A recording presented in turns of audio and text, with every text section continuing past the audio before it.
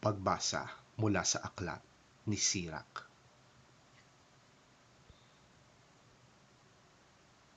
Ngunit, lagi niyang tinatanggap ang nagbabalik loob at inaaliw ang nawawalan ng pag-asa.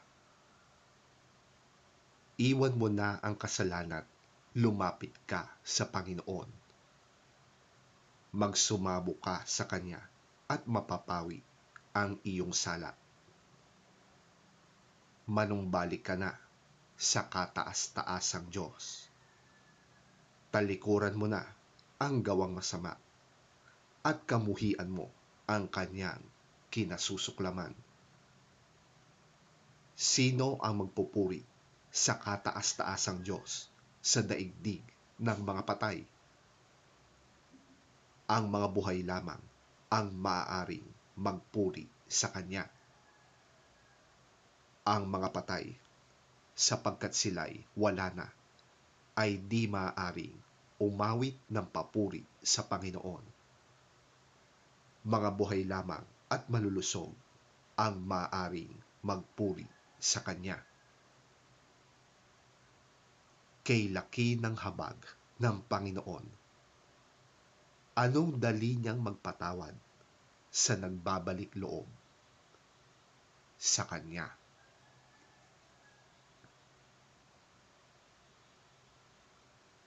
Ang salita ng Diyos. Salamat sa Diyos.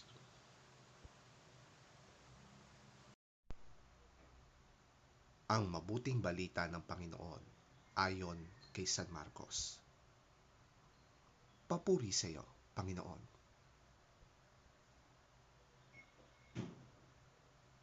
Nang siya'y paalis na, may isang lalaking patakbong lumapit kay Jesus.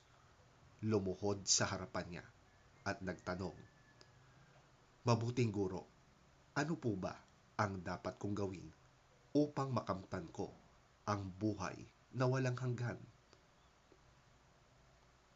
Sumagot si Jesus, "Bakit mo ko tinatawag na mabuti?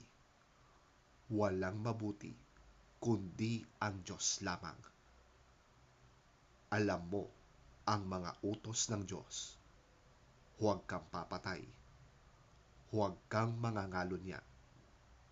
Huwag kang magnanakaw. Huwag kang sasaksi ng walang katotohanan.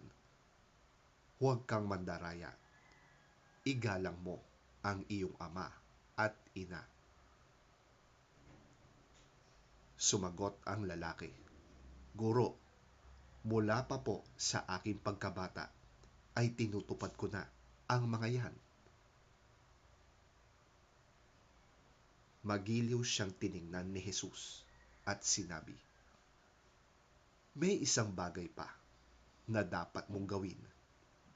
Ipagbili mo ang iyong mga ari-arian at ibigay mo sa mga mahihirap ang pinagbilhan at magkakaroon ka ng kayamanan sa langit. Pagkatapos, bumalik ka at sumunod ka sa akin."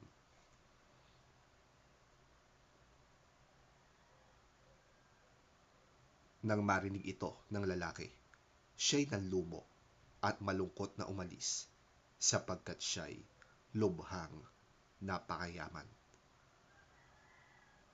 Pinagmasdan ni Jesus ang mga nasa paligid niya at sinabi sa mga alagad, "Tunay ngang napakahirap para sa mayayaman ang makapasok sa kaharian ng Diyos." Nagtaka ang mga alagad sa sinabi niyang ito. Ngunit muling sinabi ni Jesus, "Mga anak, talagang napakahirap makapasok sa kaharian ng Diyos.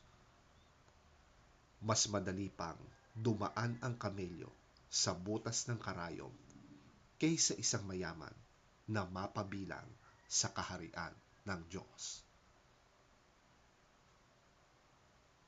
Lalong nagtaka ang mga alagad, kaya't nagtanong sila, "Kung gayon, sino pa kaya ang maliligtas?" tiningnan sila ni Jesus at sinabi sa kanila, "Hindi ito kayang gawin ng tao. Ngunit hindi ito imposible sa Diyos, sapagkat ang lahat ng bagay ay kayang gawin ng Diyos."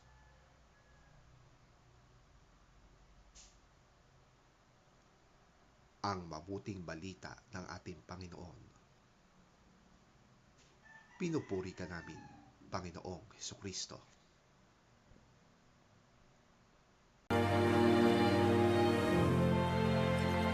As Jesus started on his way, a man ran up to him and fell on his knees before him. "Good teacher," he asked, "what must I do to inherit eternal life?" "Why do you call me good?" Jesus answered. "No one is good except God alone. You know the commandments. You shall not murder. You shall not commit adultery. You shall not steal. You shall not give false testimony. You shall not defraud. Honor your father and mother." "Teacher," he declared, "all these I have kept since I was a boy." Jesus looked at him and loved him. "One thing you lack," he said. "Go, sell everything you have and give to the poor, and you will have treasure in heaven. Then come, follow me." At this the man's face fell. He went away sad because he had great wealth. Jesus looked around and said to his disciples, "How hard it is for the rich to enter the kingdom of God." The disciples were amazed at his words. But Jesus said again, "Children, how hard it is to enter the kingdom of God. It is easier for a camel to go through the eye of a needle than for someone who is rich to enter the kingdom of God." The disciples were even more amazed and said to each other, "Who then can be saved?"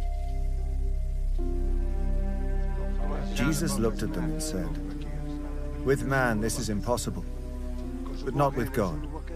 All things are possible with God."